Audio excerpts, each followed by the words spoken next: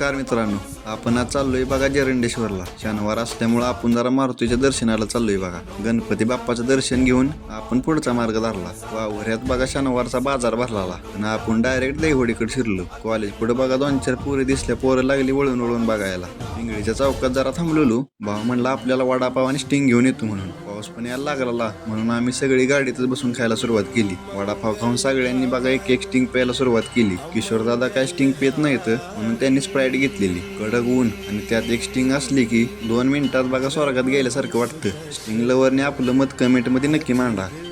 त्यानंतर आपण आलो बघा डायरेक्ट पुसेगावात. वर बघा भगवा झेंडा कसा फडकतोय. सेवागिरी महाराजांचं दर्शन आपण रोडनंच घेतलं. आपल्याला पुढे जायला उशीर होईल म्हणून. परत एक दिवशी सविस्तर व्लॉग काढू आपण सेवागिरी महाराजांविषयी.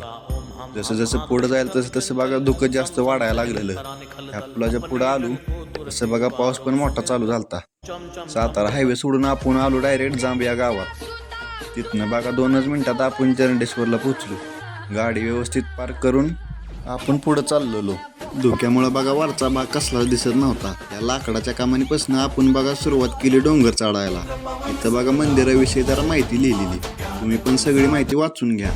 जय श्रीराम म्हणत आपण बघा कमानीतनं आत गेलो. कवर म्हणलं एकदा सगळ्यांना व्लॉगमध्ये घ्यावं. त्या बघा खालनंच हात जोडून चालत होता. पायऱ्यावर चालताना बघा सगळ्यांना जरा दम लागत होता. कसं तरी बघा हळूहळू चालत दम खात खात आपण सगळी बघा वर चाललेलो. बाकी हळूहळू पार काठी घेऊन चालायला लागला.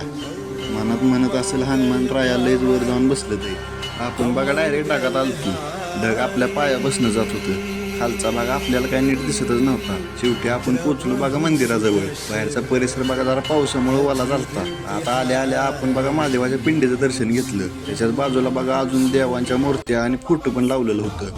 त्यांचं पण दर्शन घेत आपण आधी हनुमानाची आरती म्हणून घेतली. हनुमानाच्या भव्य अशा मूर्तीचं दर्शन पण घेतलं. साईडला बघा संपूर्ण हनुमान चालीसा लिहिलेली. हात जोडून बघा हनुमान चालीसा म्हणायला लागली. आतमधला सगळा व्ह्यू बघून आपण गेलो मागच असलेल्या श्रीराम मंदिरात. श्रीरामाच्या मूर्तीचं दर्शन घेऊन पोरांनी जरा तिथल्या रामदूतांची गाठ घेतली बघा. मागच बघा देवाची मोठी दगड होती. पोरं लागले उचलायला.